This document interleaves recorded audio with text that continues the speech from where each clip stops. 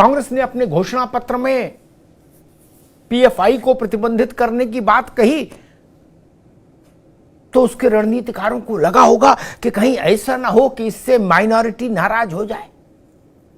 अब बताइए, माइनॉरिटी का पीएफआई से आप रिश्ता खुद जोड़ रहे हो, इसका मतलब तो कहा गया कि भाई बजरंग दल भी इसमें लपेट लो, शामिल कर लो, और ये लिख दिया गया कि पीएफआई और बजरंग दल जैसे संगठनों को जो हिंसा वो नफरत फैलाते हैं उनको प्रतिबंधित करेंगे।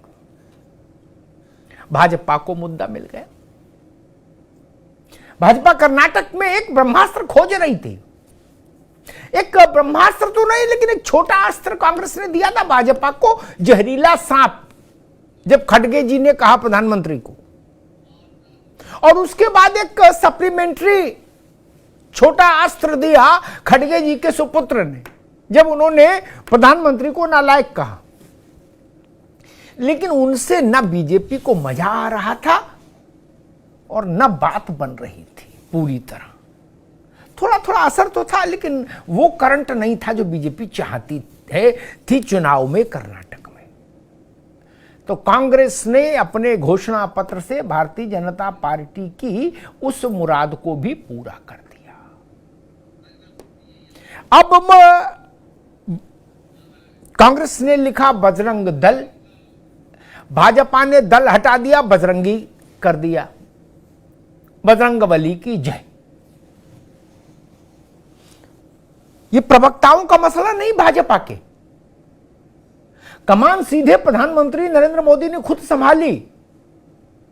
और कल उन्होंने कहा कि कांग्रेस को भगवान राम से भी नफरत थी, उनको भी ताले में रखा अयोध्या, और अब बजरंगबली की जय बोलने वालों से भी कांग्रेस को नफरत, उनको भी प्रतिबंधित करना चाहती है।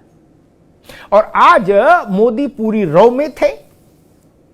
कर्नाटक में जब वो एक रैली में आए सुबह, तो उन्होंने अपने संबोधन के आरंभ में 3 बार जय जय बजरंगबली का नारा लगवा दिया और कहा कि 10 तारीख को जब आप जाएं वोट देने, तो बजरंगबली का स्मरण करके ईवीएम पर बटन दबाना। और कल भारतीय जनता पार्टी शाम को 7 बजे कर्नाटक के सभी मंदिरों में हनुमान चालीसा का पाठ करेगी। अब क्या, अब कांग्रेस के लिए मुश्किल ये कि उसकी ये जो टेक्निकल सफाई है कि हमने बजरंग दल कहा, बजरंगबली नहीं, इसका इको बहुत छोटा है, इसकी व्याप्ति बहुत सीमित है। भाजपा ने इतना लाउड कैंपेन कर दिया कि लोगों तक मैसेज गया कि हाँ भाई, कांग्रेस तो हनुमान जी के भी खिलाफ चली गई। अब इसका अर्थ क्या होगा और किस लिए बीजेपी उसका साथ में यह भी बता दी कि इसलिए चूंकि पीएफआई का मसला है, पीएफआई को अपीज करना है, इसलिए बजरंग दल का नाम कांग्रेस ले रही है। हो गया संकट कांग्रेस के लिए। कांग्रेस में प्रियंका गांधी के सलाहकार हैं आचार्य प्रमोद कृष्णन। तो प्रमोद कृष्णन ने अच्छी बात कही आज। उन्होंने कहा कि अभी कांग्रेस के गले में जहरीला सांप पड़ा था, यह बजरंगबली जी को छेड़ने की क्या जरूरत थी। और अनौपचारिक तौर पर यह बात कांग्रेस के तमाम नेता मान भी रहे हैं कि सेल्फ गोल क्यों। कर्नाटक का चुनाव अच्छा जा रहा था कांग्रेस के लिए, यह भी सब मान रहे थे।